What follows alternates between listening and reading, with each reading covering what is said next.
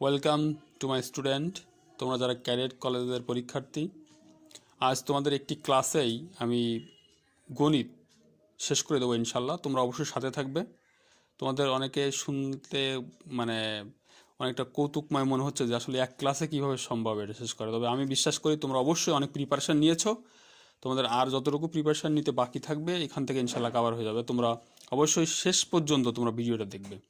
তো আমরা আগে পাটিগণিতের সিলেবাসটা দেখতে পাচ্ছি যে প্রথম অধ্যায় পাটিগণিতের হচ্ছে স্বাভাবিক সংখ্যা ও ভগ্নাংশ।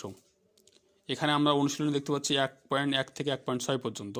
এটা কিন্তু সব ক্লাস 6-এর বইয়ে, কিন্তু ক্লাস 6-এর বইয়ে যা যা আছে সব কিন্তু এখানে রয়েছে। এরপর দেখো দ্বিতীয় অধ্যায় অনুপাত ও শতকরা। আমি তার আগে দুজন পরীক্ষার্থীকে পরিচয় করিয়ে দিই। অত্যন্ত মেধাবী ছাত্র, তারা এবার পরীক্ষার্থী। আমি তাদের নাম জিজ্ঞাসা করছি। আসসালামু আলাইকুম, আমার নাম মোহাম্মদ খালিদ হোসেন, আমি একজন ক্যাডেটের পরীক্ষার্থী। ওকে, ধন্যবাদ খালিদকে। এবং আরেকজন, আসসালামু আলাইকুম, আমার নাম এফএম সাইফুল্লাহ ফারহান, আমি একজন ক্যাডেট পরীক্ষার্থী 2020 সালের। 2021 সালের। ওকে, ধন্যবাদ। তো আমরা যা বলছিলাম, দেখো দ্বিতীয় অধ্যায়ের অনুপাত এবং শতকরা। এখানে কিন্তু অধ্যায় রয়েছে 3টি, 2.1 থেকে 2.3 পর্যন্ত। তারপরে লাভ ক্ষতি, সবই কিন্তু ক্লাস 6-এর ম্যাথ। গড়, এই চ্যাপ্টারটা কিন্তু ক্লাস 6-এ নাই, কিন্তু গড়ের অঙ্ক তোমাদেরকে জানতে হবে। গড়ের সূত্র মাত্র একটা সূত্র আছে, এই সূত্রের উপর তোমাদেরকে অবশ্যই জানতে হবে। এরপর আছে অতিরিক্ত সংক্ষিপ্ত প্রশ্নোত্তর। এই যে কথাগুলো এখান থেকে এই পর্যন্ত, অর্থাৎ এই যে 4টা টপিকস, অতিরিক্ত সত্য মিথ্যা নির্ণয়, অতিরিক্ত শূন্যস্থান পূরণ, অতিরিক্ত বহু নির্বাচনী প্রশ্নোত্তর, এই 4টা টপিক্সটা সাধারণত ক্লাস 7 এবং 8 থেকে আসে। তো আমাদেরকে মনে রাখতে হবে যে এই 4টা টপিক্স কিন্তু তোমাদেরকে এখানে বইয়ে খুব সুন্দরভাবে, দেখো এখানে রয়েছে কত, 2208 থেকে 215, মানে কয় পেজ? মাত্র কিন্তু 7টা পেজ। 7টা পেজ পড়তে তোমাদের হাইয়েস্ট সময় লাগবে 2 থেকে 2.5 ঘন্টা। সো তোমরা কিন্তু ইজিলি পাটিগণিতটা শেষ করে ফেলতে পারছো। তো আমরা প্রথমে টপিক্সটা আমরা চলে গেলাম স্বাভাবিক সংখ্যা ও ভগ্নাংশ।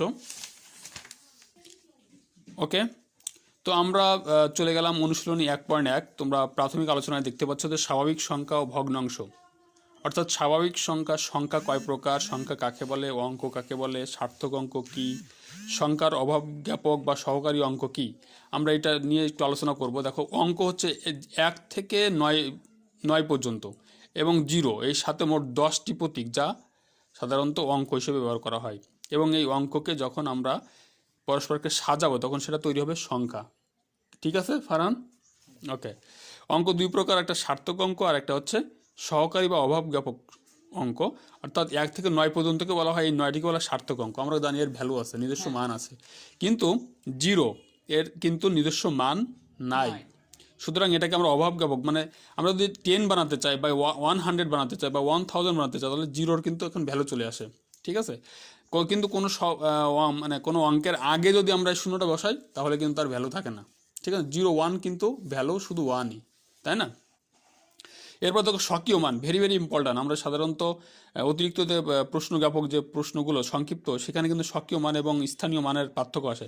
স্বকীয় মানের যে নিজস্ব মান, অর্থাৎ যদি আমি যদি এখানে একটা অঙ্ক আছে, আমরা দেখতে পারি যে মনে করো 555, এখানে যে 5-এর স্বকীয় মান কিন্তু 5ই, কিন্তু এই যে এই 5টার স্থানীয় মান কিন্তু অন্যরকম হয়। এটা আছে 500, এটা আছে 510, আর এটা আছে একক, 5 একক। সুতরাং স্থানীয় মান মানে হচ্ছে আমরা যেটা তোমরা একক, দশক, শতক এটা পড়েছো, সেইভাবে কিন্তু স্থানীয় মানটা হিসাব করতে হবে, আর স্বকীয় মানটা হিসাব করতে হবে তার নিজস্ব মান। অনেক সংখ্যা থাকলেও, মনে করো 7,08,324 এই একটা সংখ্যা, এখানে 7-এর স্বকীয় মান কিন্তু 7ই, কিন্তু যখন এটা স্থানীয় মান হিসাব করতে পারবে 7 লক্ষ হয়ে যাবে। কি ক্লিয়ার ফারহান? ক্লিয়ার? খালিদ বুঝতে পারছো বিষয়টা? ওকে, তো নেক্সট হচ্ছে ক্ষুদ্রতম সংখ্যা কি। আসলে ক্ষুদ্রতম সংখ্যা হচ্ছে 0। ঠিক আছে, এরপরে আমরা জানি কোনো সংখ্যা ক্ষুদ্রতম সংখ্যা হতে হলে 000 বসালে কিন্তু এটা সংখ্যা হবে না, কারণ এটা তার আগে একটা 1 বসাতে হবে। এই জন্য সবসময় ক্ষুদ্রতম সংখ্যা আমরা কি 1-এর পরে 1, 0, 5 অঙ্কের ক্ষুদ্রতম সংখ্যা মানে 1-এর পরে কটা শূন্য? 1-এর পরে 5 অঙ্কের ক্ষুদ্রতম সংখ্যা, তবে 1-এর পরে 4টি শূন্য। হ্যাঁ, তো এইভাবে আমরা হিসাব করব। যেমন 5 অঙ্কের ক্ষুদ্রতম সংখ্যা হবে 1-এর পরে 4টা শূন্য, তাই না? তেমনি বৃহত্তম সংখ্যা কি, সবচেয়ে বড় সংখ্যা কি হবে? 9 দিয়ে। তাহলে 99999, তাহলে আমরা কিন্তু বুঝতে পারলাম যে আসলে ক্ষুদ্রতম সংখ্যা কেন এরকম হবে, বৃহত্তম সংখ্যা কেন এরকম হবে, এটা কিন্তু আমরা বুঝতে পারলাম। ঠিক আছে, তো নেক্সট হচ্ছে